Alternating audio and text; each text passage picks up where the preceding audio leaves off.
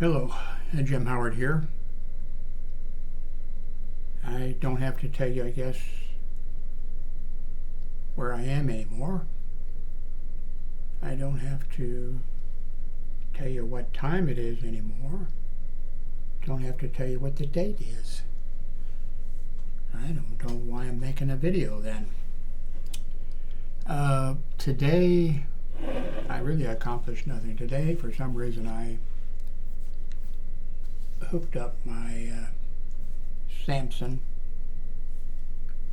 Chrome laptop. I guess I need some more light in here. Hang on a second. I think I need some more light.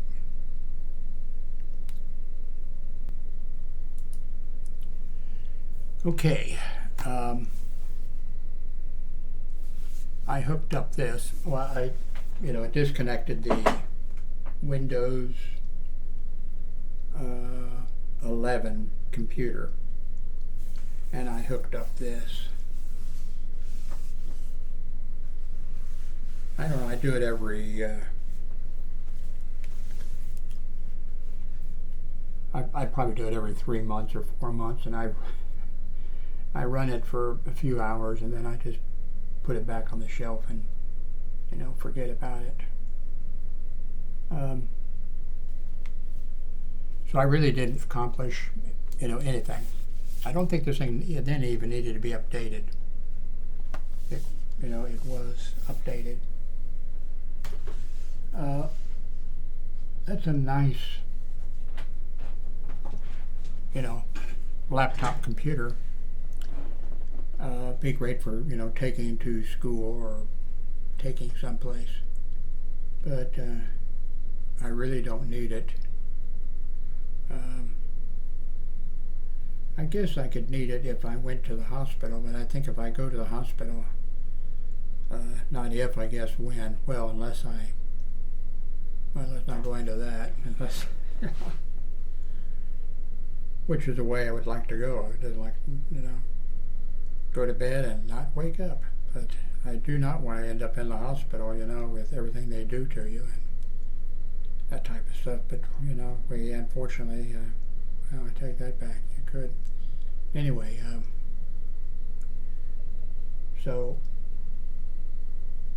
I am not, I've got a nice cell phone, and, when I go in the hospital, I will hopefully have that with me and hopefully be able to use it to do something. I've got a friend who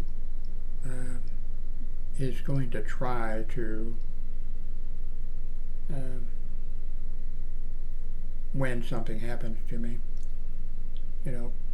post to the site here.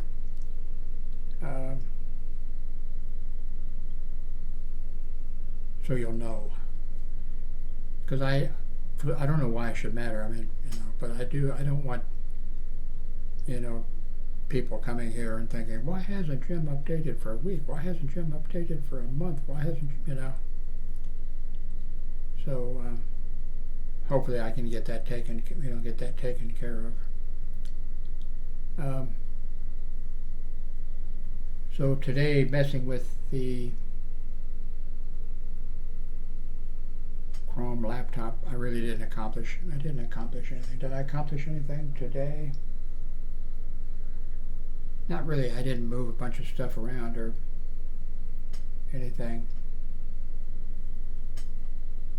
Did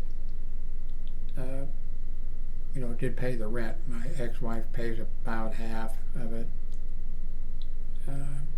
I pay more than that. My grown son pays.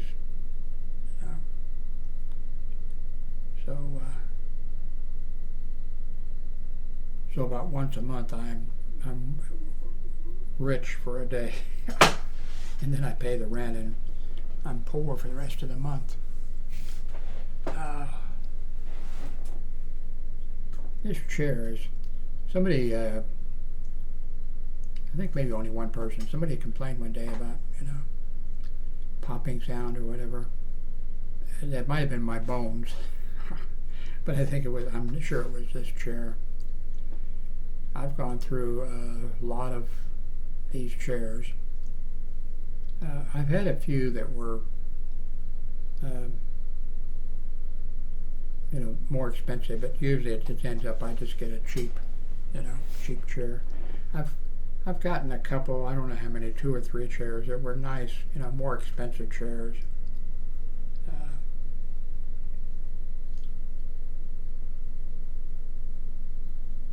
I've disconnected the power units that I have in this room because the Samsung Galaxy that I had, the first one, which lasted a week or so, and then apparently the battery just got fried or something.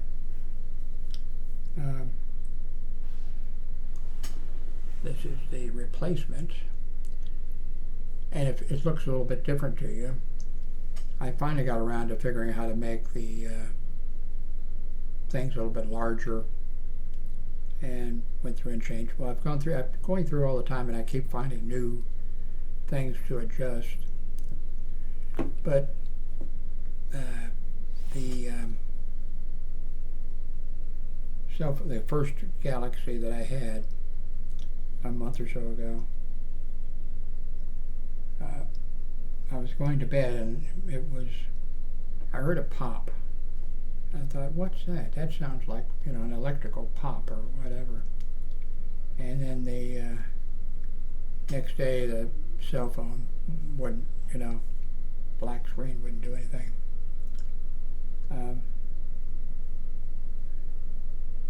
And then after that,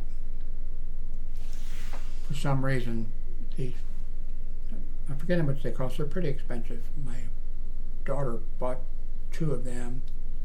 I don't know if you probably can't see it from where. There's a big solar cell. Let's see if you can lift this up here. See it? Right? See, right? Oops. It's right. There it is. Right there on the floor behind this monitor.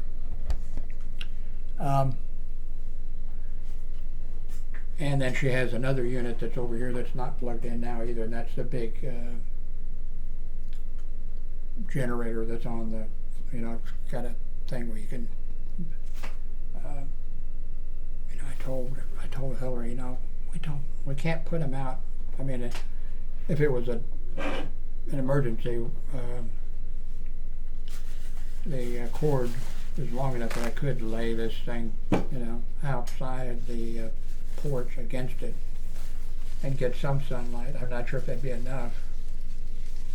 But anyway, what was happening?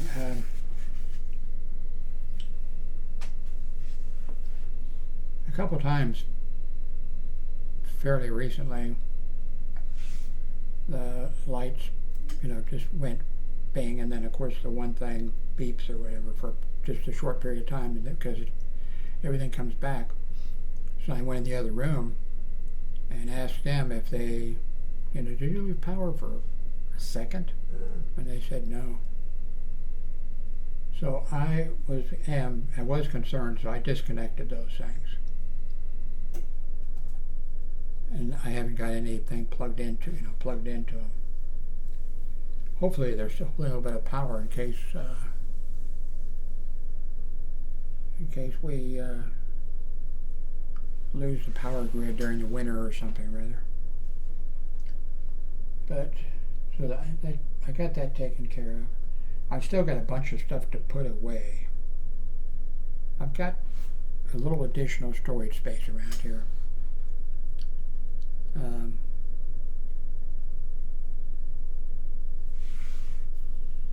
So let's see what's going on.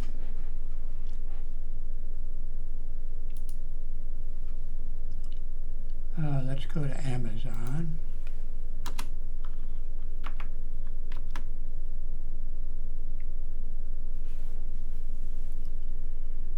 I'm interested in one of these devices over here. See the mouse? I've been looking at YouTube reviews of them, and I have put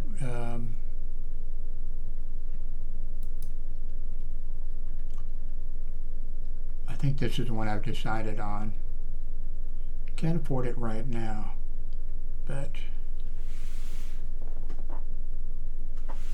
thinking about getting it. It's gotten really good reviews on YouTube.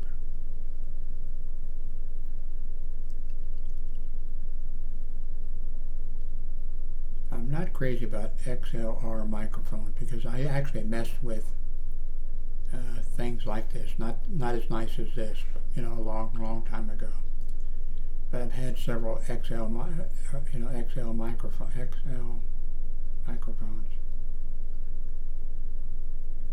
But like I said,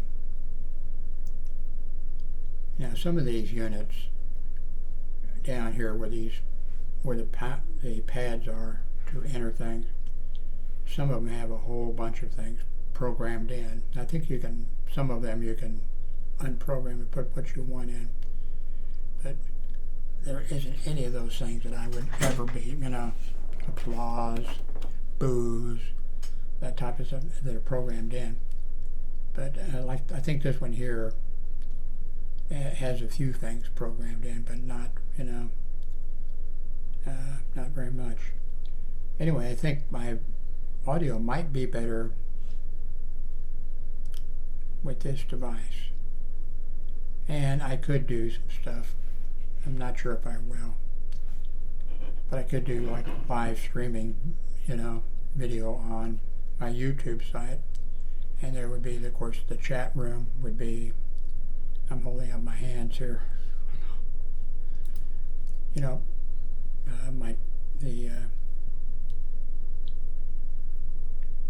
But what I could also do is I have right now a Google phone number that I'm not using.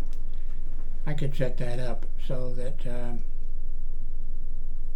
you could call in on the phone line, and we could talk.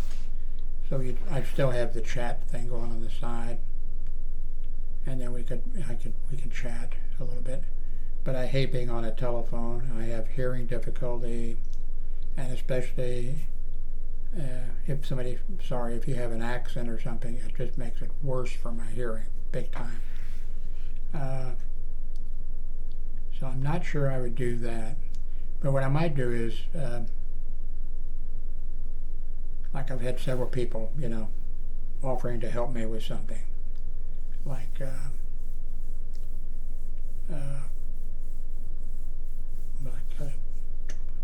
not GitHub.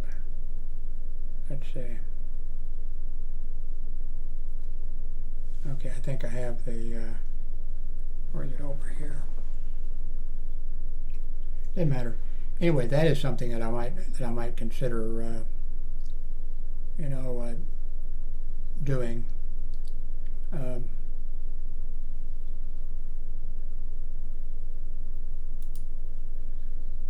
Have it, go live on YouTube, and then have one or two or three people.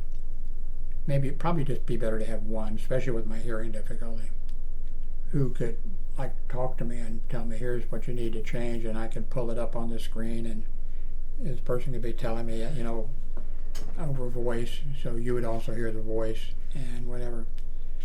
So that's why I'm thinking about going, but I'm not sure that I would ever do the voice thing. I hate being on the cell phone.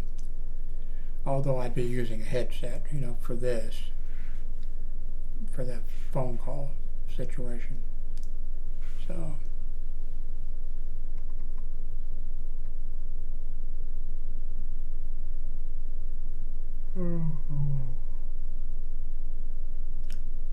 problem with the XLR, is that it? XLR, let's see. Yeah, they don't show it there, but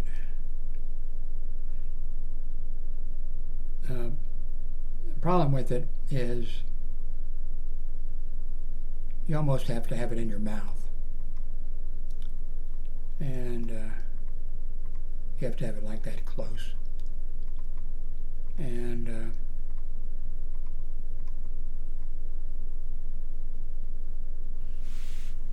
the other thing is, like, you know, because I'd have to have it close. But then, like, you know, I move around and whatever. Let me go back to here. You know, the microphone would have to be close. That's just the way they are. Then if I lean over here to look at something, you'd still hear me, but you know, it would go down. That type of thing.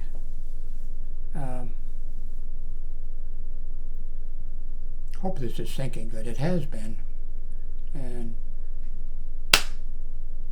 okay, that didn't seem like it. Seems like there's a delay. I hope this is going to be okay.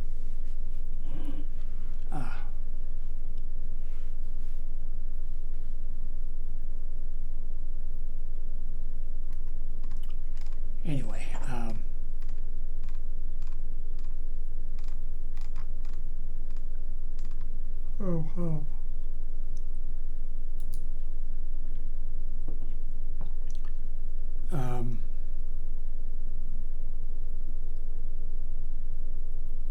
the other thing I would like to get, let's see, go back to the list here.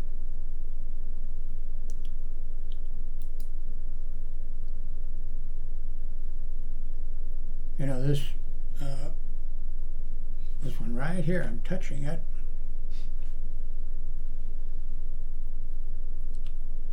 Is the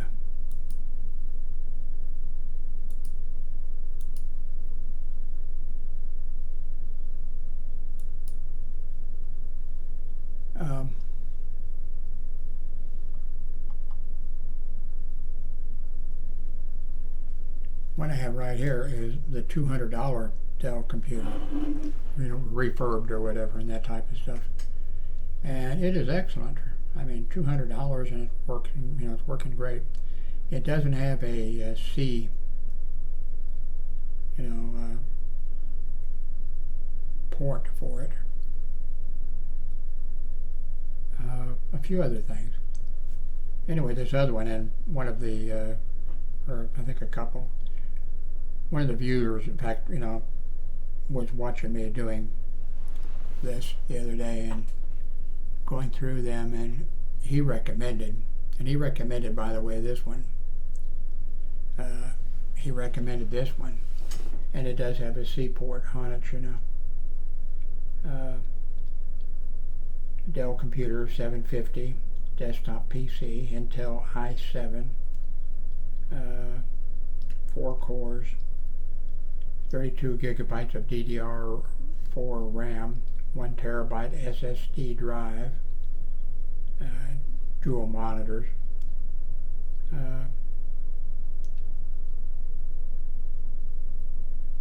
So right now I can't afford it, but I'm not sure how long ago. Anyway,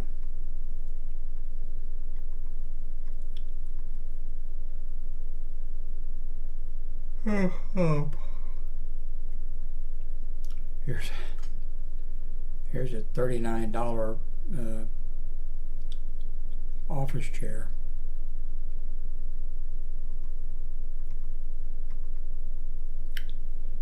This, by the way, this table, that's what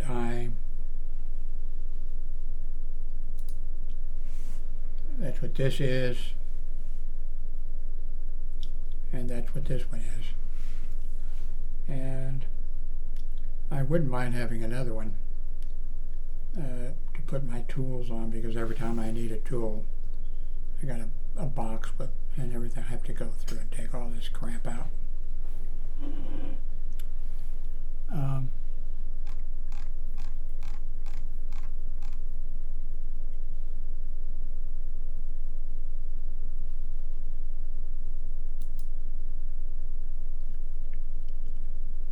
I took some pictures just a while ago of the moon, but there were very light clouds or something, you know, in front of it. You know, with my, because I wanted to try out the photography on the, I took a few outdoor pictures too. I wonder if they're already in Google. Let me check. Go over to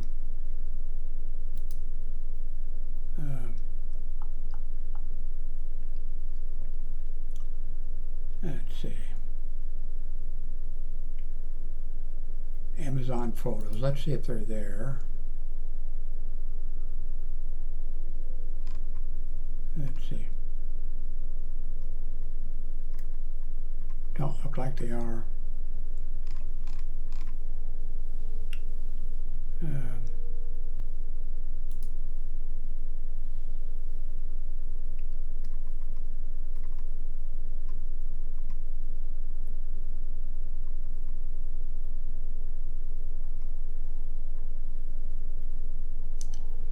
That's my mother, by the way, when she was, I think, 15, I think it was.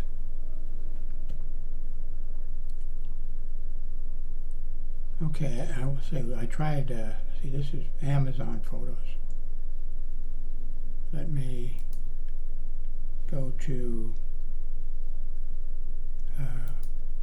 Google Photos. Where are they? Let's see, Amazon Photos. Amazon Photos.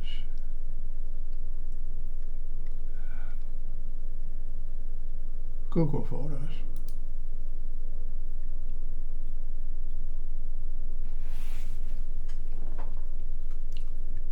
Let's see here.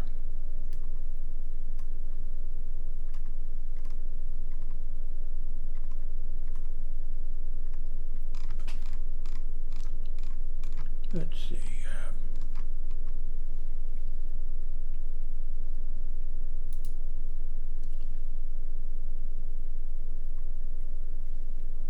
This photo here is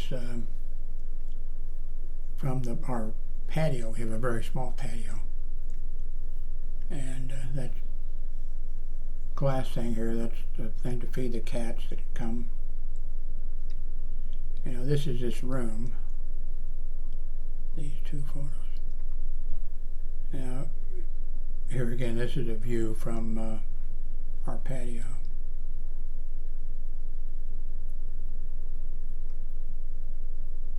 This is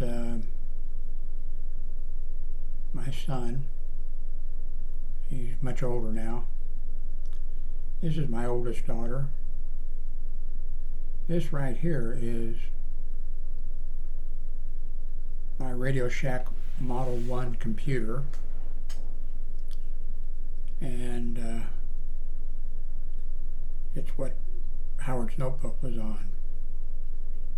So I'm not sure if that was 1980. It was 1982 when I started Howard's notebook online. First at 300 baud, then when 1200, they were expensive. Everything back then was really expensive. You would not believe what I paid for modems as they, new ones were introduced. You would not believe what I paid for printers and everything else. But anyway, that's the famous. Wish I had more pictures of it. Okay. Yeah,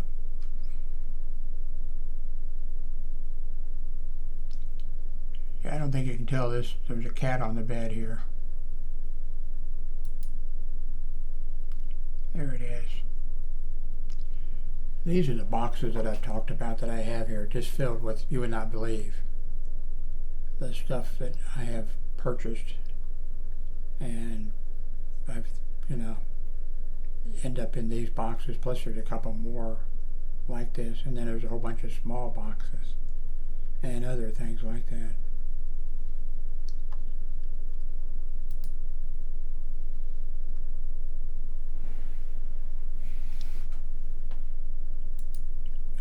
here's that. This is a safe, by the way. In case you're wondering, I do not have any money. And I mean, I do not have any money. I also do not have a gun, so there's no gun in it. The only thing in there is my billfold. Some keys, because my son keeps losing keys. He goes to the office and they've made I don't know how many keys, like to the mailbox and stuff. But they're very nice here. This printer right now is hooked up to, I think, the Windows 11 computer. I need to set it up like wireless so I could, have both computers hooked up. Maybe I should make both, Wi-Fi. But right now one's plugged into. Anyway, here's this light. I have one. Oh, I have more than one. I have like the stands for 4 or 5, and I have maybe 4 of the umbrella things or whatever. But right now I just have one over there. I guess I could show that to you, couldn't I? Okay, let's see here.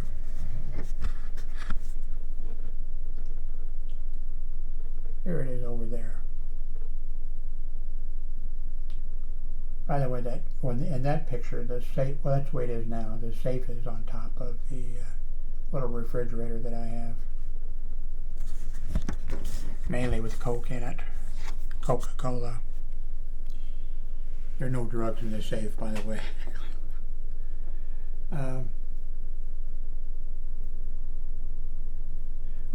I do have a bunch of like birth certificates and death certificates and things like that, from my father and mother and what have you and stuff like that. I don't think I'll ever need them.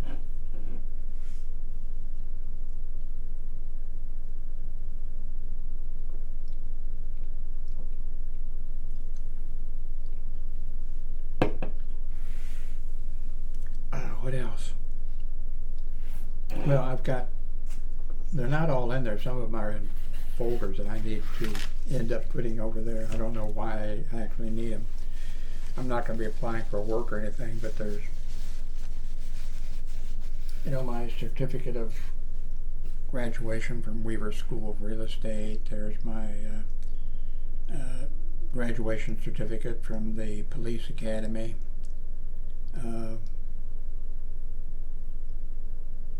Let's see,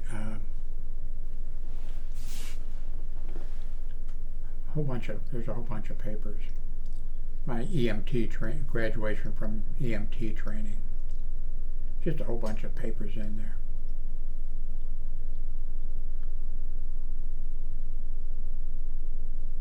I think my thing from Weaver School, or from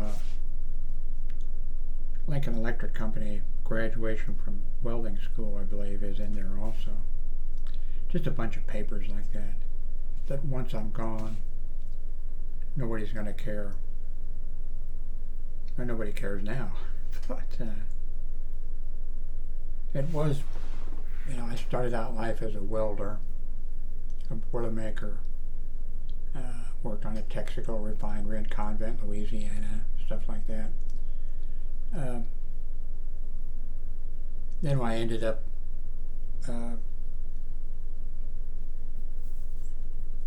working security. I got certified as an EMT. I got certified as a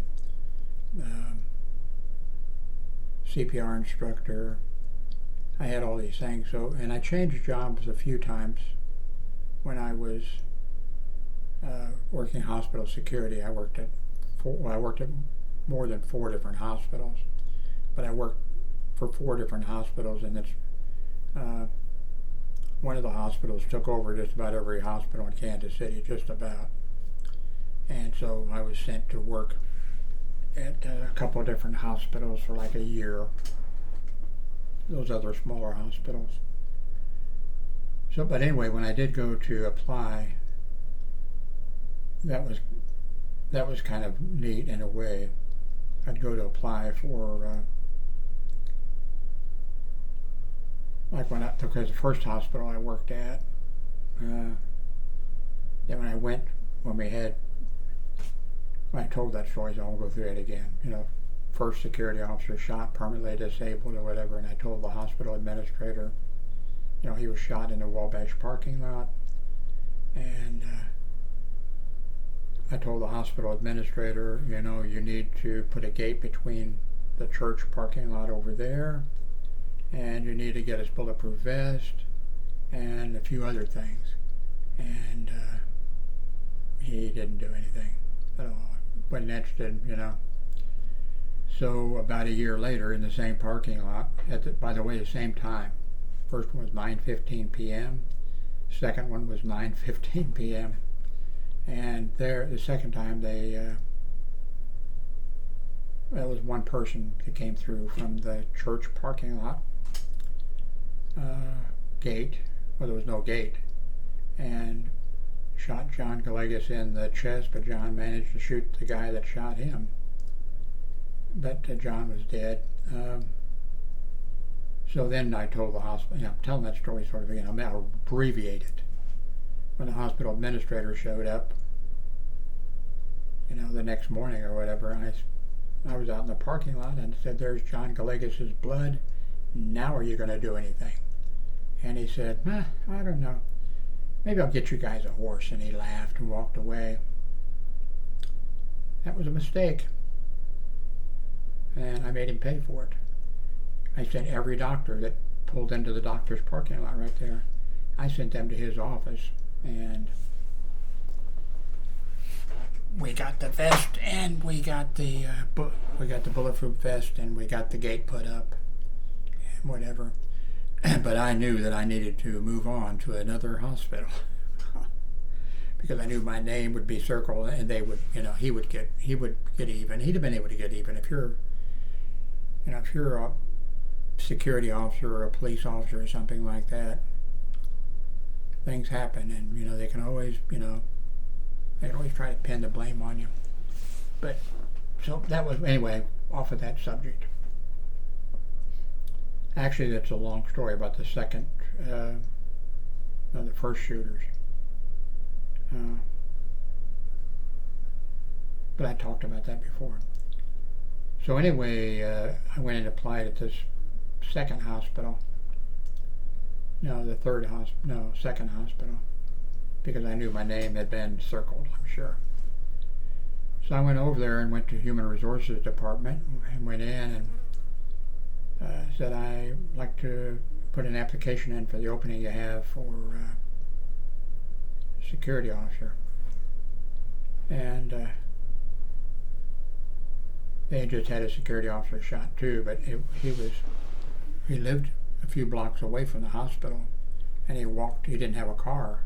He walked over there in uniform and on the sidewalk, but if he took one step, he'd have been on hospital property. On the sidewalk, Lloyd Akins was his name. A guy comes up and, I don't know if he said, "Give me your money" or whatever. And Lloyd said, "I don't think your gun's loaded." And the guy went, "Oh yeah?" Pulled the trigger, but it was a defective round. And it just broke. John had his hand up, John was armed, by the way. I mean, Lloyd Akins was, armed. The bullet just broke the skin. And Lloyd didn't pull the gun out and blast him. That's what I'd have done. They'd have been, but anyway, Lloyd was okay. But anyway, so I went to apply there right after that happened. And I go to Human Resources, and they said, well, you have to have, what was it? You have to have 2 years of hospital. I can't remember now after all those years. That's in the 1970s, I think it was, well, you have to have 2 years of security experience. And I said, I've got more than that. Oh, well, you have to have a year of institutional security. And I said, I've got more than that. So she said, oh, okay. And so I filled out the paperwork, and then they called up to the 6th floor and had the director of security come down. And he came down, and then he was escorting me up to his office. We got on the elevator, and there was Dr. Oh, man. Oh, it doesn't matter. Anyway, real nice, older doctor. And he was on the staff at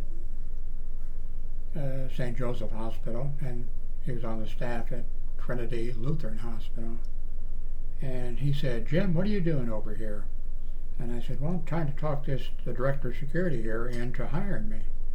And then coming to my mind, oh man, his family owned more than one store, I think, that sold saddles, rein, whatever horses, and other stuff like that. His family owned. God. Anyway, so the doctor said, well, you better, the director of security, well, you better hire Jim.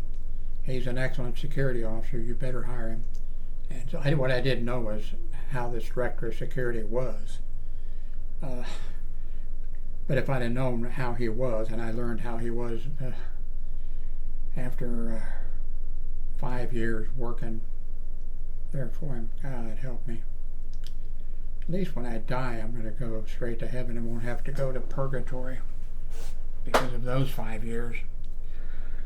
But anyway, I didn't know I had the job by the time. Because anyway, went to his office, and he interviewed me, and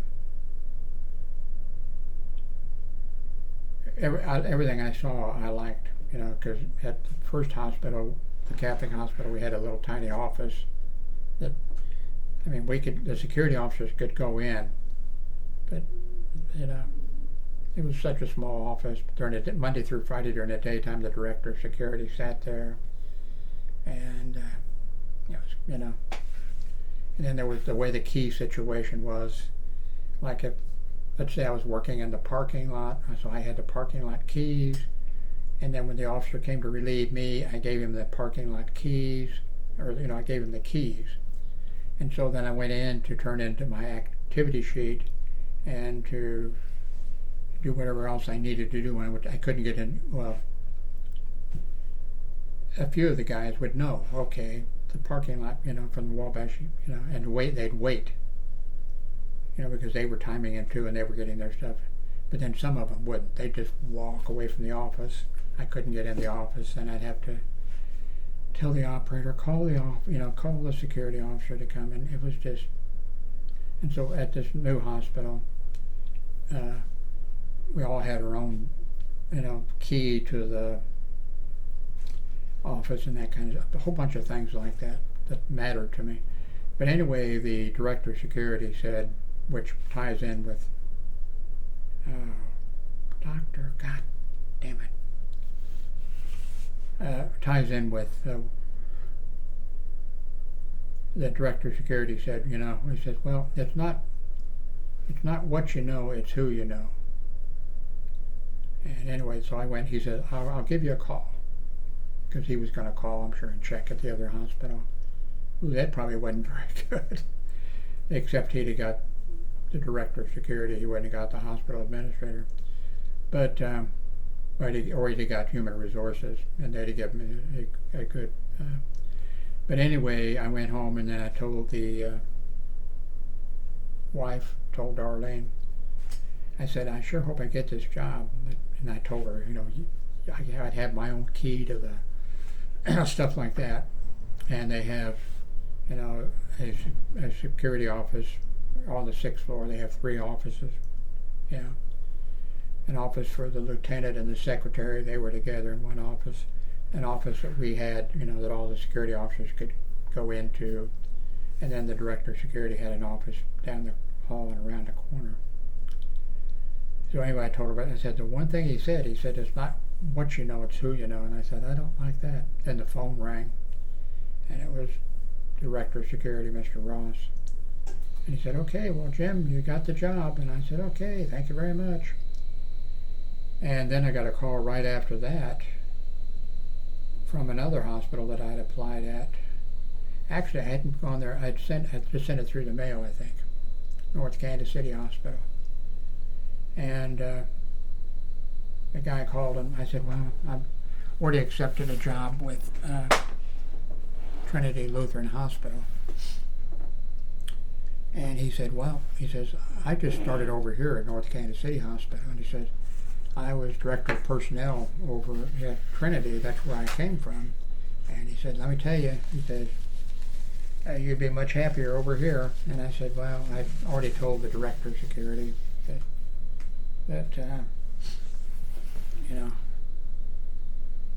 that I'd accept it. Plus, North Kansas City was a little further. And what I didn't, I think I did, I'm not sure if I knew at that time that North Kansas City Hospital was, there were only like 2 hospitals where security wasn't armed. That was one of them.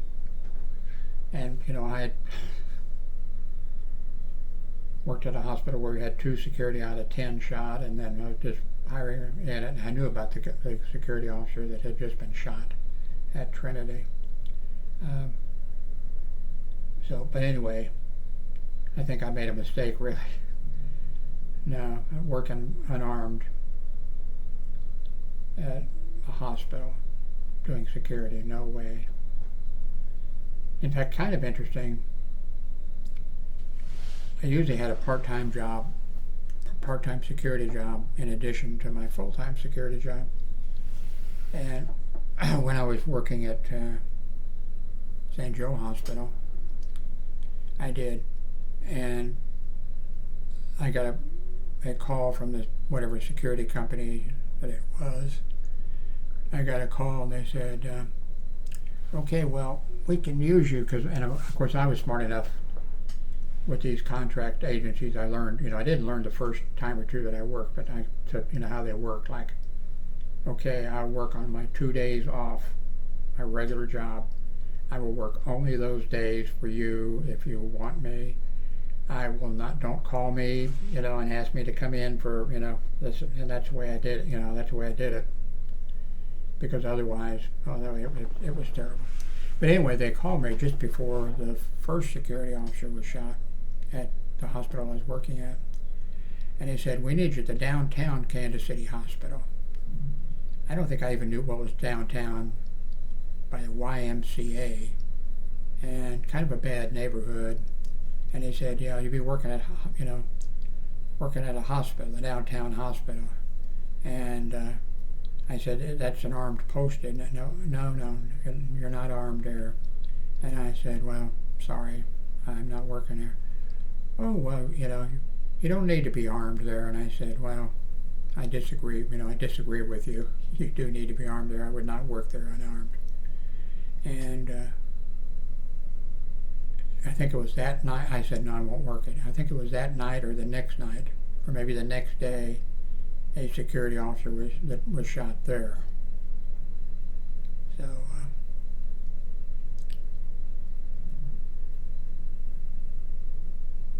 So I was at Trinity like 5 years. By the way, I've mentioned this before. The director of security there, he gave me the most fantastic, that's one reason I stuck around. He gave me the most fantastic merit reviews. Unbelievable, This is the best security officer, he's qualified to take my position when I move, when I move ahead. I'm not sure if he actually said in there that when he moved to be a hospital assistant administrator. I think he did, because I said, you're not going to be a hospital assistant administrator here. You're lucky to have this job. I guess I'd been there a while by that time. But anyway, he was very smart. But he made terrible mistakes. And while I was there, like, why in the world does he do, why did he do this? Why did he do that? Why did he do this? And he was very racist, so I wrote him up 4 times, and I won all 4 of the grievances against the director of security. And I just couldn't, what's wrong with this guy? And like I said, now he was very smart. Okay, jump ahead many, many years, and Donald Trump is elected President of the United States, and then, I'm like, and then I saw that he was the same way. He had the same, like, there's been several books written about Trump and his mental problems and everything else. And then it came out, I've just, after all these years later, now the director of security who had the problems that Donald Trump has, that guy was smart. Now, of course, he made some dumb decisions, but he was smart. And he could read. And his only mistake was messing with me.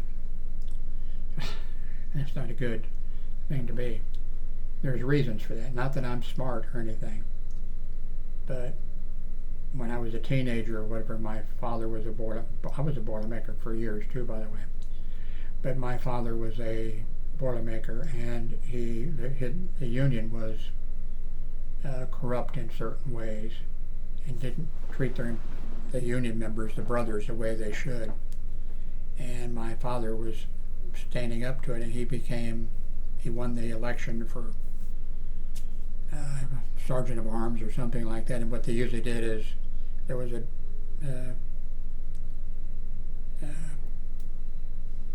I forget what they called him, business agent. And then they had, at that time, I think, one assistant business agent. And when my father won that, to kind of keep him from being such an asshole, when he was sticking up for the fellow employees, then they made him an assistant business agent. But during all that time, I helped my father. I mimeographed all things and helped him write things, signs and all that kind of stuff when he went to the meetings until he, and then once he got the job as business agent, he negotiated contracts, he covered 4 states, he was honest, he wasn't like the other two, and he stuck up for the rank and file, stuck up, my father, my father was, I'm 82, so you can imagine how old he was, and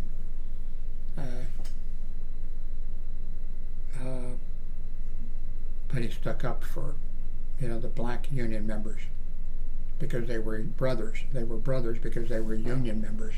And now he was my father, but I never heard my father using the N-word or anything, but I'm sure he was prejudiced,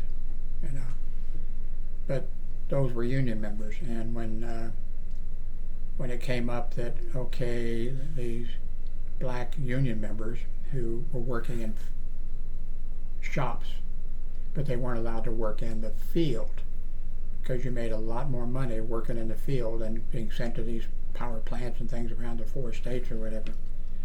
But the union wouldn't let them go out in the field. They could work in the shops. And I worked in the shop 1 year exactly. I quit on my anniversary date. And then later I went back and worked 3 months in not the same shop, but down by what they call it. During World War II, they made landing craft there. And I worked down there. But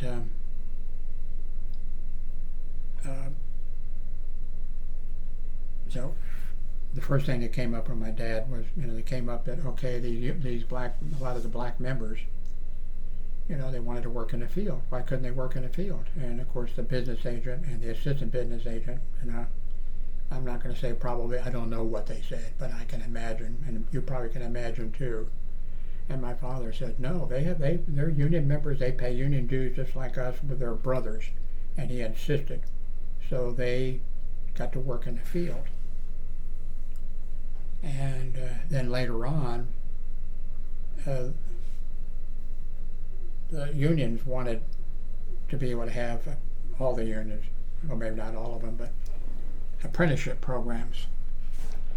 But the federal government had to pass, because with the apprenticeship program, you would take in like a young person into your union, but then you would train them. So that meant, so like for being a Boilermaker, you'd go out on a job, and you'd go there and show up, and you'd have to learn how to use an acetylene cutting torch. You'd have to learn how to do blueprint reading. You'd have to learn how to weld. All these things you'd have to learn. Now, if you were in the apprenticeship program and you went there, if the federal government hadn't passed a thing saying, okay, if you have an apprenticeship program that meets these standards, and yes, so somebody can go who's brand new, just come to the union or whatever, and these other Boilermakers, they have more seniority than he does, but he will be, because he's doing training, so he'll go through, and there won't be any, you can't, these people can't say, well, wait a minute, I've been with the union for 15 years, how come this young guy gets to come in and learn blueprint reading, or does this or does that? So anyway, the black, especially I'm sure the black young blacks or whatever who came into union, they wanted to get into the apprenticeship program, the same thing, the business agent and assistant business agent. No, my dad insisted, they're brothers, they pay union dues, and they got, But so when my father was,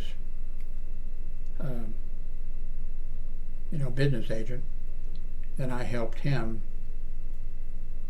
with things like the National Labor Relations Board and whatever. They would send every few days decisions that had been made by the National Labor Relations Board or whatever. And my dad had a big, that had more than 3 rings, but a binder or whatever. So I would read, when they came in through the mail, I would go and find the old material, and I would read it. I would read the old material and then throw that away, and then I would put the new material, and then I'd tell my dad, when he got home, that, hey, some new data came in, there's a bookmark in it or whatever. And I'd read the new stuff, decisions that had been made. So that was kind of unfortunate for the director of security at Trinity Lutheran Hospital, because I knew my labor law. But what I found out with and I didn't know that this guy I liked him. One thing I liked him because of these merit reviews that he wrote for me. Or he didn't write them for me, he wrote them, And he just put the great thing, but they were true, what he said was true, about me, but so then after all and it got where also I finally told him after 5 years, I'd refused to, eventually I refused, okay, I'm not wearing the sergeant's insignias, but I need you, and I'll still do the job, but I'm not wearing the, whatever. And I tried to,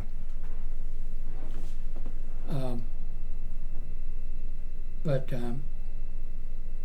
I didn't understand the things that there was a guy that worked at the hospital in the plant operations alone on the second shift, and I was second shift supervisor for years, for security. And this guy was, he was mentally,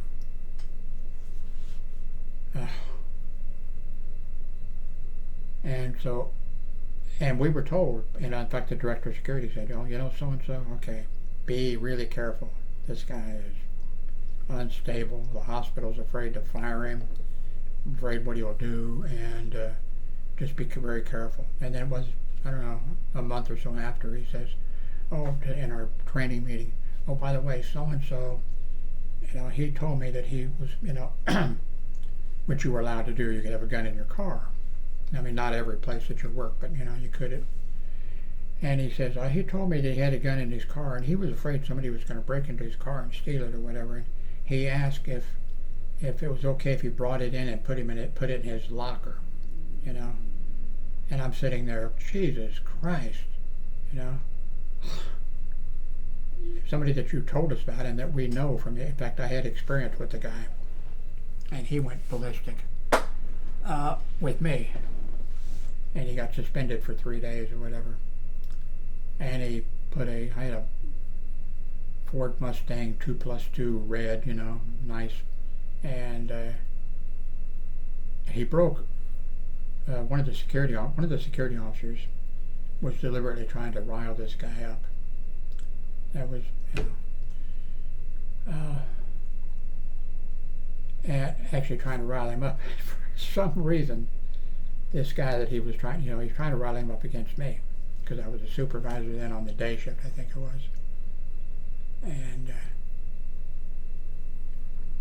this guy that was trying to rile him up was an ex-retired firefighter.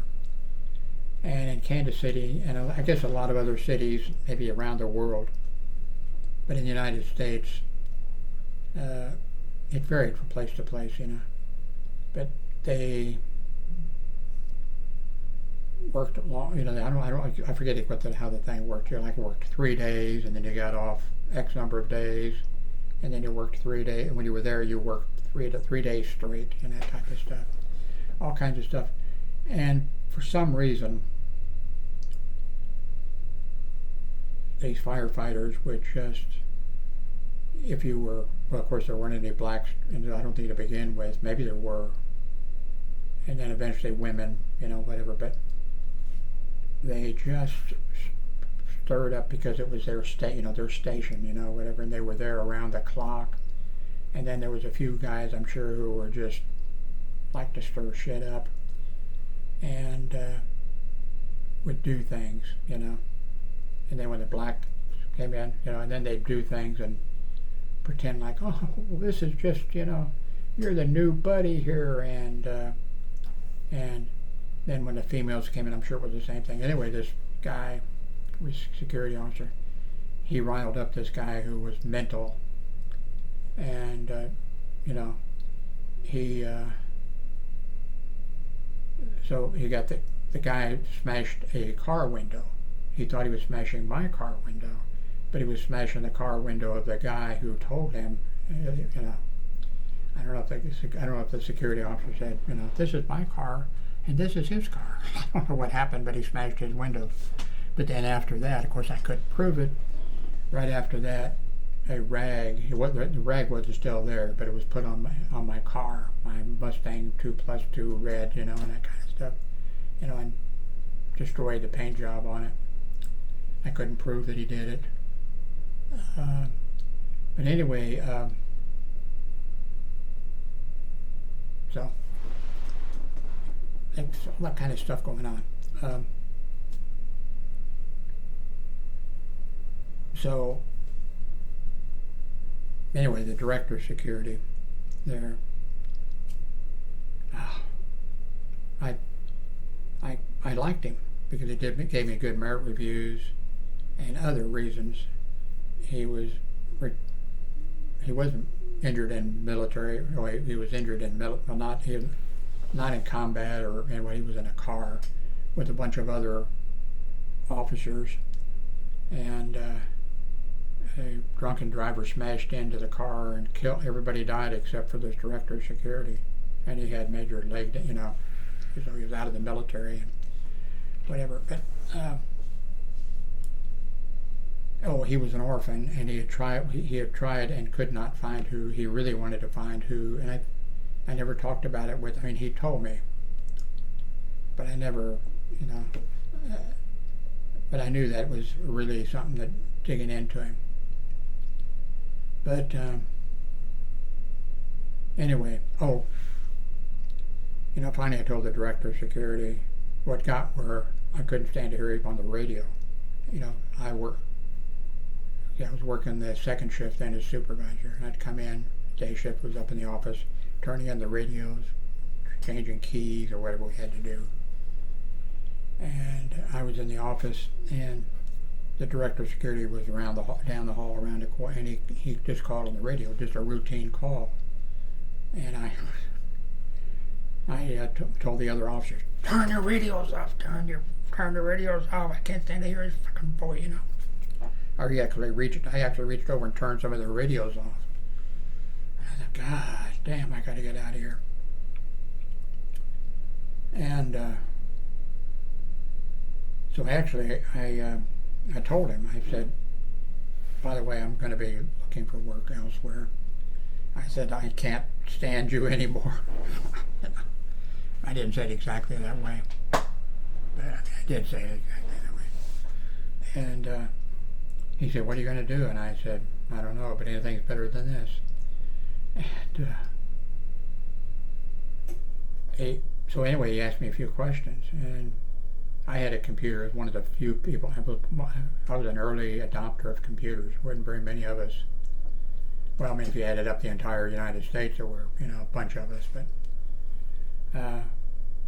and he said, well, you know, the hospital has a biomed department, and the biomed guys were paid really well. I know they were paid really well because I was on a committee of 3 or 5 of us who we reviewed all the information about non-nursing people, you know, the people in the plant operations, the people in telephone room, and you know, all these people, the jobs.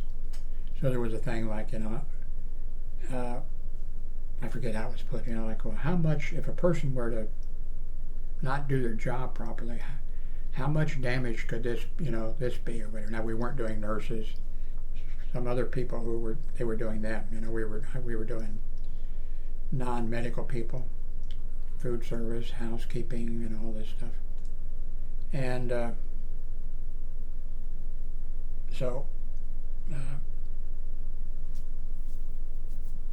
the biomed department, we reviewed them, and they were already making good money, and we gave them top ratings because of, you know, what they had to do and how much training do you need, and all, you know, they had to be electronic technicians, that kind of stuff.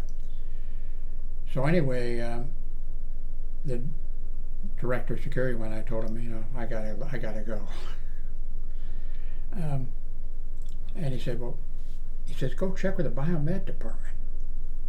And then he wrote me a fantastic thing, you know, to go to the biomed department. Like the biomed department, you know, they wouldn't have cared about what he wrote. He wasn't popular with them either, but not only not popular with me, actually he was popular with me. So I went over, and the guy was really nice, and he said, well, Jim, we got 3 or 4 guys who are looking for work elsewhere than here. And he said, he asked me questions, you know. He said, we really need you here. And I said, I don't have a degree in you know, electronics or anything like that. He said, but you're into computers. And I said, yeah, he says, we need you. And he said, explain a little bit what they wanted done. And like everything that they did had to be documented, and they had to check the beds X number of times. They had to check every wall outlet in the entire building, you know. All these things had to be documented. They had to know when they needed to check them again, and all this stuff. And so the guy says, Jim, you got the job. And he says, you just have to wait for an opening. So I think it took, well, the guy, you know, I was going, oh my God, yeah. And he had to come, the head of the biomed department, he had to come, when he came in the morning, he had to go to security and get his key to his department.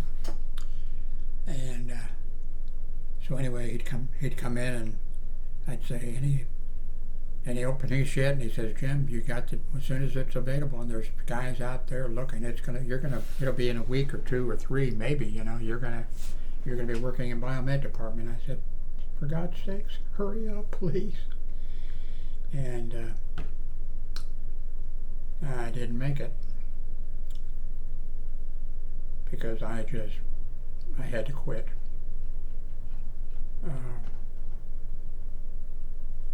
But so all these years later, you know, Donald Trump is And then there's these books, and I didn't buy any of the books, but they talked about it on television. People, doctors were, well, you know, I'm a psychiatrist, but I haven't examined him, but blah blah blah blah, But it indicated, And then he went through the things, and I was like, God damn. The same thing the director of security had that I worked for. Although he was smart, he could read, he could understand. He couldn't understand not to mess with me. I'm kidding about that.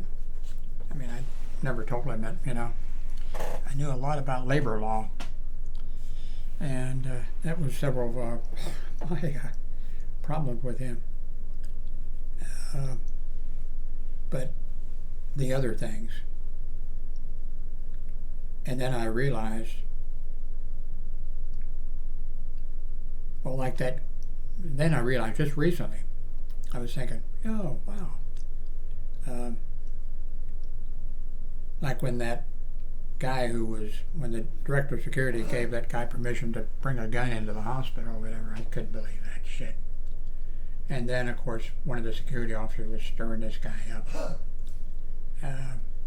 Like they, this guy, other security officer, put a parking ticket on his car, not a real, a hospital parking ticket, don't park here, and then signed my name to it or whatever.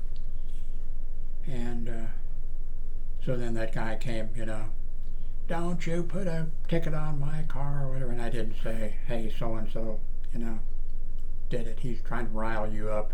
I didn't do that. I didn't try to cause trouble, I didn't do that. I didn't put a ticket on it. I would never put a ticket on somebody's car who was, he shouldn't have been parking there, but on the second shift and midnight shift, and, nobody cared because he had lots of parking spots and stuff like that. But I didn't. But anyway, you don't do, and I said, whoops, mistake. So then I wrote him up and he got suspended for 3 days. But, so, all these years later, and I read this about Donald Trump and saw him talking about it. God, that's him. This guy, the director of security was smart. Did a lot of things. Came up with some good ideas and stuff. And came up with some bad ideas too. We had a departmental meeting, every 2 or 3 months. And I got where I was departmental training officer, so I had to put together training for the security officers But so anyway, we have our departmental meeting, and Mr. Ross, well, one thing we're going to do is we're going to get rid of all these fags that are working here at this hospital. Now, Trinity Lutheran Hospital, the hospital, was in a gay part of Kansas City, Missouri. A lot of gay bars, all that kind of stuff. So anyway, I said, Mr. Ross, you can't do that unless they somehow violate some kind of, I can get rid of them. I can get rid of them. I'm getting rid of them, Get those fags out of it. God damn. And I tried to explain to him, and of course, everybody, the other security officers were like, and they just loved it when not that I was standing up, they loved it. Okay, there's going to be an opening for supervisor. They'd act like, when I did my grievances or whatever, great, Jim, but they would never do a grievance, Very few people would do a grievance, and I did 4 of them and won them all. Anyway, the director of security went to administration and he told them, hey, I told the security officers we're going to get rid of these fags. And they said, I don't know exactly what they said, but he came back up to the office, just come by the office, and he said, I was just, of course, the other officers were all gone, but Jim, I just went to administration, and they said, if I say one word about anything like that, if I try anything like that, I'm going to be the one that's gone. So, yeah, so we're not doing that. And I thought, you know, I wasn't going to do it. I didn't say, I wasn't going to do it, and I don't think any of the other guys would have done it. In fact, one of the security officers out of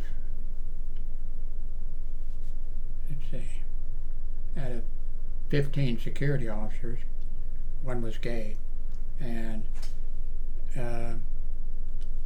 when I worked the second shift, when I worked the day shift, I worked with him, but I was not a supervisor for that year or so. I went to the second shift as supervisor, and then, well, I think he went, when I worked day shift, then he wasn't a security, but anyway, he came transferred out of the emergency room as an ER tech or something. He wasn't a tech, but they could give him some extra money that way because he was really good at helping the nurses and stuff. But so he came over, and turns out he was gay, and that came up when we all had to take a lie detector test. He was telling me, "Jim, I'm nervous," and I said, and I explained to him how the lie detector, things worked, because I read every book that was available in the library, regular library, not the medical library, about lie detector test. And anyway, he's the only one who flunked the test. He didn't steal anything, but he was terrified that I told him before the test, they're not going to ask you if you're gay. They're going to ask, did you go into this room and did you steal something? Or that's all they're going to ask. And I said, if they ask you anything else, if they ask you, are you gay or anything, tell them it's none of your fucking business. How dare you, And of course he didn't have the balls to do that. So, they didn't ask him anything, but I just happened to, I did my polygraph test after he had done his, not immediately after it, because there's a thing, what you do if you have a bunch of people, and you suspect this person, maybe it's like business office and they patient's property in a safe or something like that. And so if you suspect somebody, you take the people you don't suspect, first, and they come back, oh, I passed, no problem. So, let's say you have 15 people that work in your department, and 5 of them come back, I passed, and then it's like the rest of them. That's the idea, you do that and some other crap like that. So anyway, nobody stole anything, by the way. Well, of course, I told the director of security, I said, the only person that wasn't tested was you, so I guess you are the person, But anyway, so when the guy gave me the polygraph test or whatever, I said, can I ask you a question, I said, I'm just curious. And he said, well, he told me, he says, oh, by the way, he says, there was one guy, one of the security officers, who was just so nervous that the test didn't work, And I knew who that was, Richard. But anyway, I said, okay, let's say I stole $1. And let's say I stole $1,000. If I just stole $1 and you tested me, would it show up? Or if it did show up, would it be like a little, thing? But if I stole $1,000, would it be, whatever? No. This is a science, and no, it wouldn't matter whether you stole $1 or $1,000. I thought, you're full of course, I read all those books, I thought, oh, you're full of fucking shit,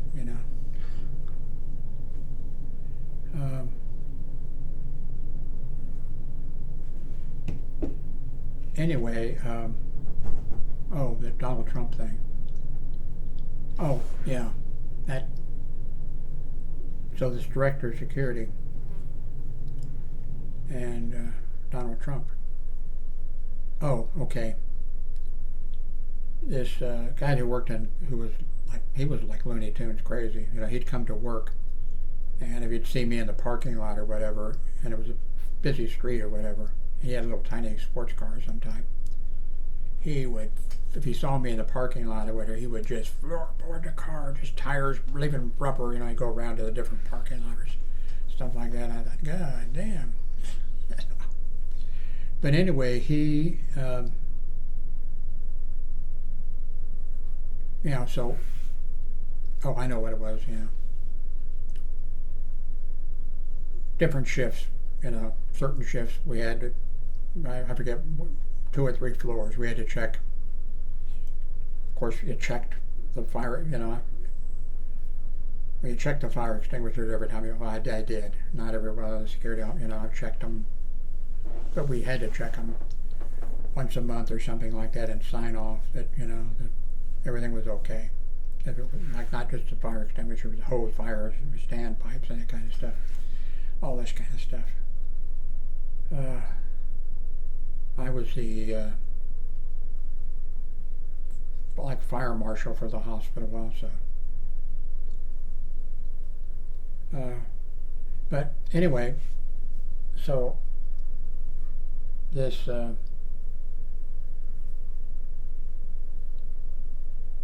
okay, yeah, I went to check the fire extinguisher. We had to do it every month, I think it was. Maybe it was every 3 months. Actually, where you actually checked it, I forget. But, so I go into plant operations, of course. They had fire extinguishers. They had fire extinguishers everywhere.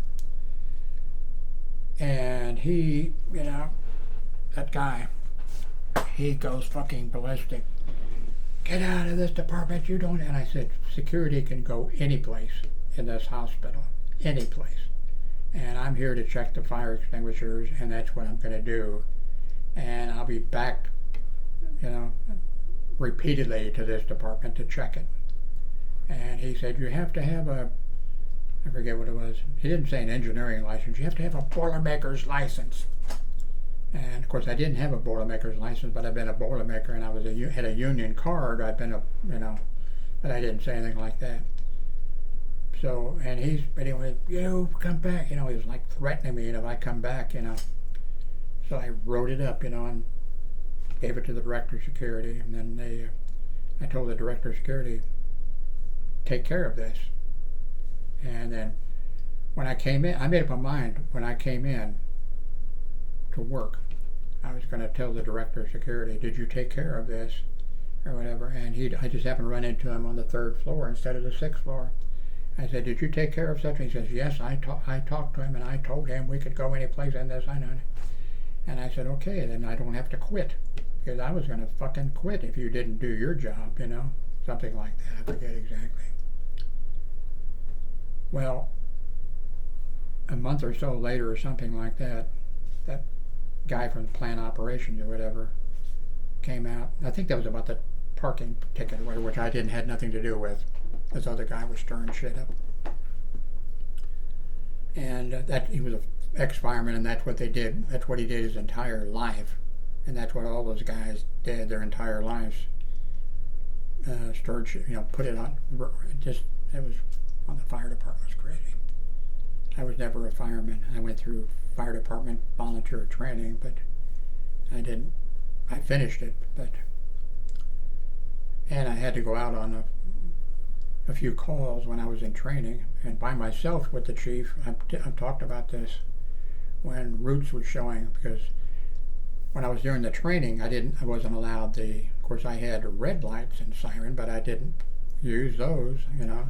I had a stocking stop cap over my red light on my dash, and then of course the siren, but I could use that because I was a volunteer officer with the Raymore Police Department. But anyway, because I could never get there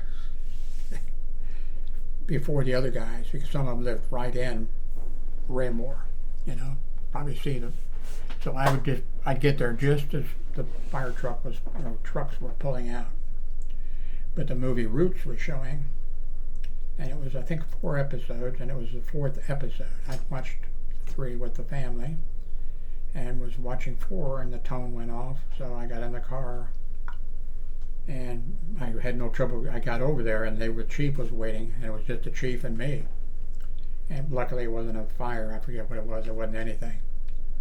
And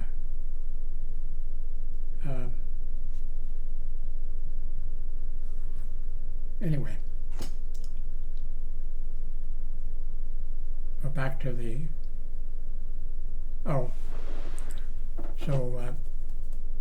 back to the hospital. The guy came out, the crazy guy, and I think it was about the ticket. And he said, I didn't say I didn't do that. I didn't do that kind of stuff. I didn't stir up shit. I didn't say things that, whether everybody else did, but I didn't. That's just not the way that's not professional. And you don't make things worse, But, so anyway, but this guy from the plant ops, he says, just like your boss told you, you can't come into, the plant operations area or whatever. And I said, no, my boss said he told you, that we could go any place in. And he said he did not. And, he put his finger on me, and I wrote him up, and he got suspended for 3 days. But, with the Trump thing or whatever, the director of security back then in the 1970s, and President Trump, same condition, except Trump is stupid and can't read and can't understand anything and comprehend. This other guy could, and he could do things. He could do some things he shouldn't do, but then after all these years, what's it been, 30 years, 40 years, then I realized, wait a minute, that director of security, he didn't tell that plant ops guy or whatever, because that's the kind of stuff that Trump, would do, and I thought, wow, and then a whole bunch of stuff made sense. And the other thing would be this director of security, very competent. I forget what his rank was, major, or wasn't a colonel. I think he was a major. And he had to retire after the car accident that he was in, where everybody else in the car was killed, and his leg was messed up big time. But so I saw similarities, because which I never did, but there was a few guys that figured it out, and they would kind of use it on the director of security at the hospital. And that was, I never did that. I never played those kind of tricks or games or whatever, ever. That's something you don't do. But they would go to the, director of security and say, oh, Mr. Ross, I know you probably can't do this or whatever, but it'd be nice if we could do this. And then he'd say, well, I can do it, and then he'd give them permission to do it or whatever. And then I realized with Trump it'd be the same thing. With Trump, those people were around him. Oh, sir, you are just so smart. Is it okay if we do such and such? And he'd tell me, and I saw the very same similar. When I was working at the hospital, to show you, there was a rule that, like, pharmacy was on the ground floor of the hospital, and they had a dumbwaiter there that went up to all the floors. So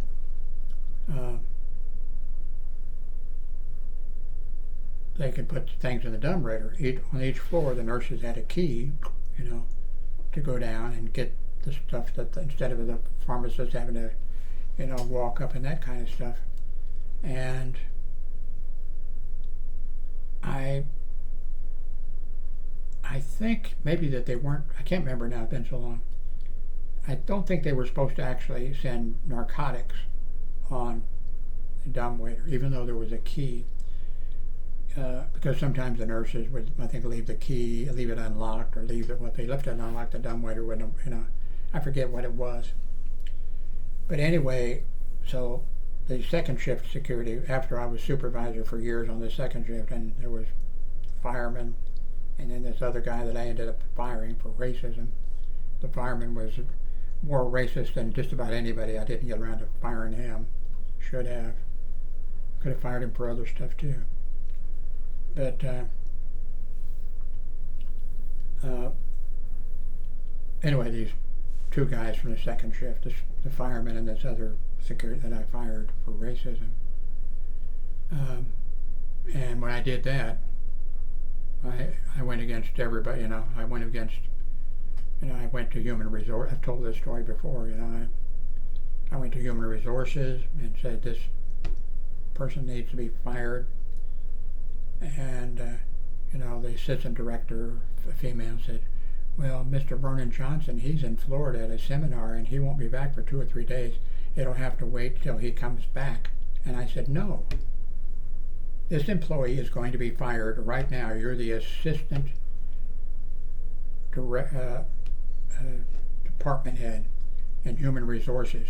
Are you going to do this or not?" And she said, "It'll have to wait till," and I just went down to, went to the assistant administrator of the hospital who was over security and over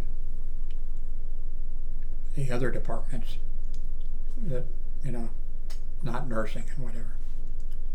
And I went there and I said, here's what happened. He needs to be fired. He needs to be fired immediately. Mr. Ross isn't working today. The lieutenant's, in the office. I told the lieutenant that he needed to be fired and needed to be fired right now. And Manuel says, "No, he's not going to be fired." And so he said, "He's fired, Jim." And he picked up the phone, called upstairs to the lieutenant and said, so-and-so's fired. And so I walked out, went to the elevator, rode the elevator up, and I didn't even see the lieutenant. He left early. He left immediately. He ran. And the secretary there, because it was lieutenant's desk and secretary, and she says, "Jim, Manuel said he had a dentist appointment to go to, and so he had to go to the dentist appointment." And she said he didn't have any dentist appointments. She says, "He has me make all of his appointments." I thought, God damn. One thing I thought, God damn, he makes her make his, appointments. But anyway, so, the guy was fired. But, oh, I know, yeah. Back up. Okay, the dumbwaiters for the pharmacy stuff. These two guys, before he was fired, these two guys, the fireman and this other guy, they said, the nurses leave those dumbwaiters unlocked or whatever. And I said, "Yeah, I know, yeah, it's a problem." Well, we've figured out what we're going to do is we're going to take the medicine and lock it up in the security, security office or whatever. And I said, "No, don't do that. Don't touch that. If you want to go and take it to the nursing station, you shouldn't be handling some of that stuff. But if you want to take it to the nursing station and do that, and you can tell them, of course, hey, you're not locking this or whatever." I said, "Do not do that. I'm telling you." "Oh yeah, Jim, whatever. We're gonna, And so I don't know how long it was. I didn't know they were, doing it, but they were doing it, taking medicine. The thing would be unlocked and they'd take medicine, and I guess it didn't get around to me, that nurses. They'd call pharmacy, "Where's our medicine?" And I sent it up and whatever. Then I guess they'd figure out, and they'd go, or the security officer would go, "Okay, well, we got it, So anyway, I come into work, and these two guys, they look sick. They look scared. And they said, "Oh, shit." And I said, "What happened?" "Okay, well, we had a really good small cancer unit there. Two great doctors, and everybody loved that cancer unit, but it was small. But they did apparently a really good job for some reason. I think one thing was the empathy. They cared about these patients and the patient. Yeah, there was a few times I had to separate a family member, and I think the doctors actually, they were good doctors. Well, I had to separate them once in the lobby. They were going to punch each other out. The cancer doctors over something. But I think what it was is that I think they were telling the family. I think they needed to learn from other doctors, things that I think, hey, you don't want to tell the family of a kid or whatever, hey, your kid's going to die, but still, I think they were doing something wrong, but I don't know, it was over my pay grade. Although I had to go, but so they had a kid in the cancer unit, and they had a special medication for him to try to help him with his cancer that was sent on an TWA, or I don't know, on an aircraft to be met at the airplane when it landed and transported by a cab or something, rather directly to Trinity Lutheran Hospital, to the cancer unit, and or to pharmacy. Brought to pharmacy, and the pharmacist did whatever, logged it or did whatever, and put it in the dumbwaiter. Now, on the other hand, well, security was, pharmacy, something like that. Maybe they get that happens a lot. I don't know how often, But if I'd have been the pharmacist, if I'd have been, I'd have taken it directly up there myself. But anyway, put it on the dumbwaiter, and it didn't show up. And so then, everybody is, where is it? And I think it needed to be given quickly, or I'm not sure if it had to be refrigerated. I'm not sure what the deal was. But these two security officers were about to crap their pants, and they said, "Oh, Jim," they told me, hey, the medicine came and they needed it in the, whatever.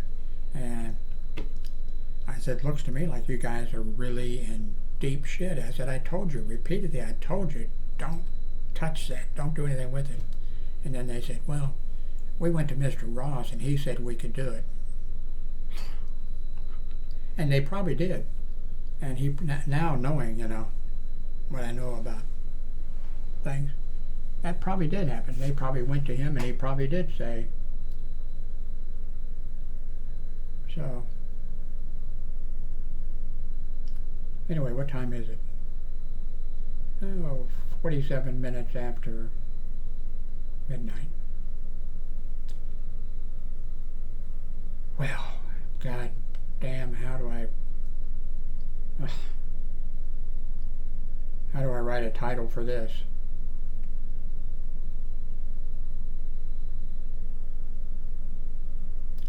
I could say I worked for a man who was exactly, for like 5 years, exactly like Donald Trump. That's not going to be a title, I doubt I'll even mention it, I'll just say, if you like long stories, there's one for you to watch. Thank you very much for watching. God, I hope this video's in sync, else I'd have to throw it away. Thank you very much for watching.